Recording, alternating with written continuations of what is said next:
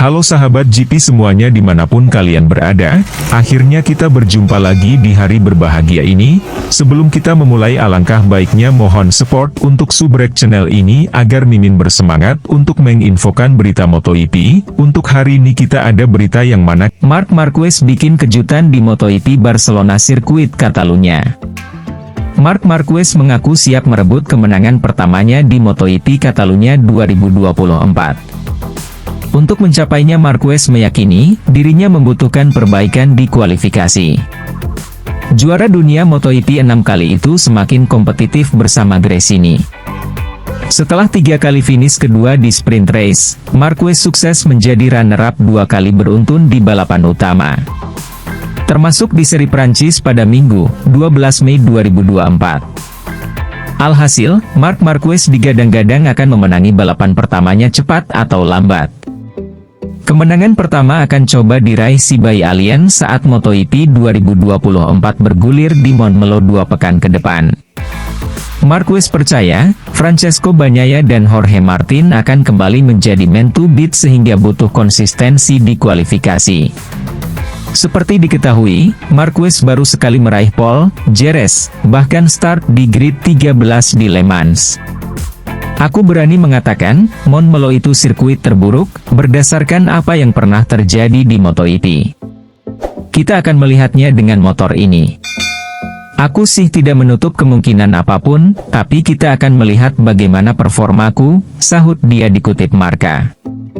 Jika aku terus bekerja seperti ini, aku percaya diri kalau kemenangan pertama akan datang, tapi Anda tidak boleh terobsesi. Kemenangan pertama mungkin akan datang, tapi untuk bertarung dengan 2 pebalap ini, Anda harus sempurna di semua area. Sebagai contoh, kesalahan yang kami buat di hari Jumat, Anda menyelamatkan satu akhir pekan seperti hari ini. Namun, Anda tidak bisa selamat di setiap akhir pekan.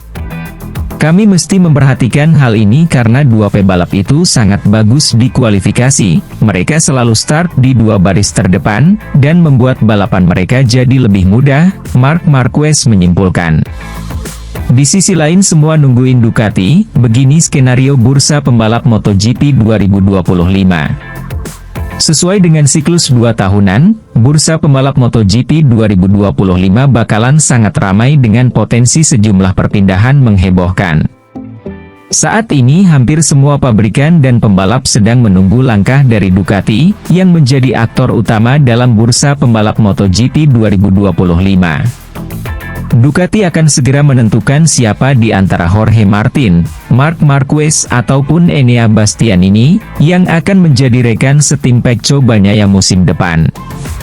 Ada sejumlah skenario yang bisa ditarik, yang semuanya bergantung dengan bagaimana langkah yang diambil tim Borgo Panigale. Banyak yang akan terjadi, tapi semua masih stagnan sampai tim pabrikan membuat langkah, dimulai dari Ducati, kata Davide Brivio, bos Trackhouse Racing, dilansir gridauto.com dari Todo Circuito. Lalu setelah itu akan ada beberapa pembalap kecewa, yang mungkin akan mencoba pergi ke tim pabrikan lain, jelasnya.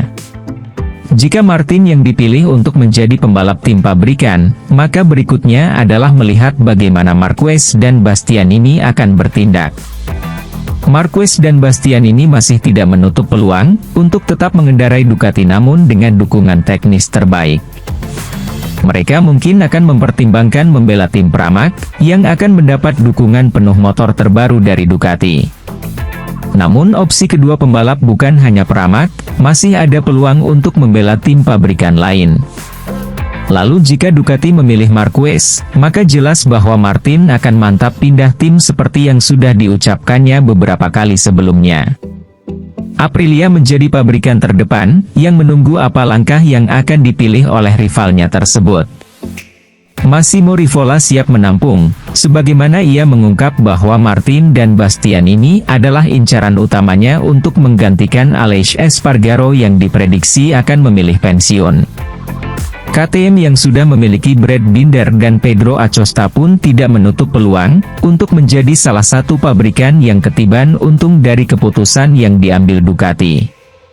Acosta jelas akan naik ke tim pabrikan, sedangkan Binder mungkin masih bisa dirotasi ke tim gas-gas jika memang ada rider lain yang dirasa lebih pantas membela tim pabrikan. Yamaha juga memiliki satu kursi kosong yang sekarang dihuni Alex Rins, untuk dibuka ke nama mentereng lain meski belum jelas siapa yang akan mendapatkannya.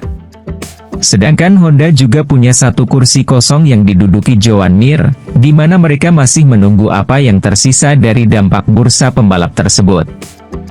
Kabarnya Honda siap menampung Jack Miller, yang hampir pasti jadi korban hadirnya Pedro Acosta ke tim pabrikan KTM. Setelah semua tim pabrikan memastikan rencananya, barulah tim satelit yang akan mengambil langkah. Trackhouse Racing yang kecewa dengan performa Miguel Oliveira dan Raul Fernandez, kemungkinan besar akan merombak total skuadnya. Jadi akan ada 2 kursi kosong di sana, yang mana sangat menarik buat siapapun karena motor Aprilia RS GP terlihat cukup kompetitif saat ini.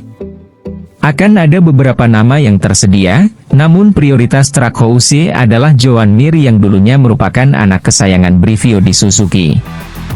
Mereka juga berencana mengorbitkan nama baru, khususnya dari tanah Amerika Serikat yang saat ini dipimpin oleh Joe Roberts yang sedang bersinar di Moto2.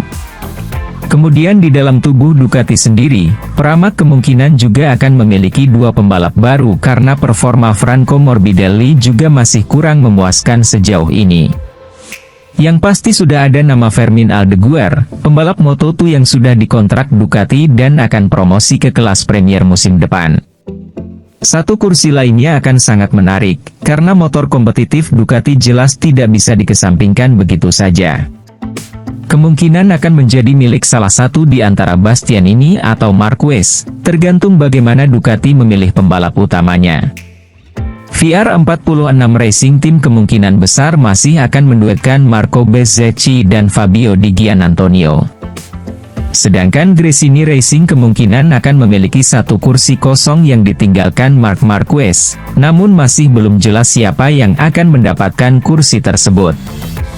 Tim satelit LCR Honda kemungkinan besar tidak akan mengubah line-up pembalapnya, kecuali Takaaki Nakagami yang mungkin diganti oleh pembalap Asia lainnya.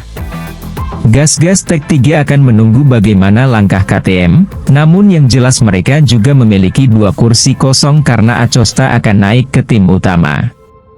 Oke lah sahabat GP Mania semuanya, itulah informasi kita pada hari ini. Bagi teman-teman yang belum subscribe, jangan lupa subscribe, dan tekan tombol loncengnya, untuk selalu mendapatkan informasi terupdate seputar MotoGP. Terima kasih.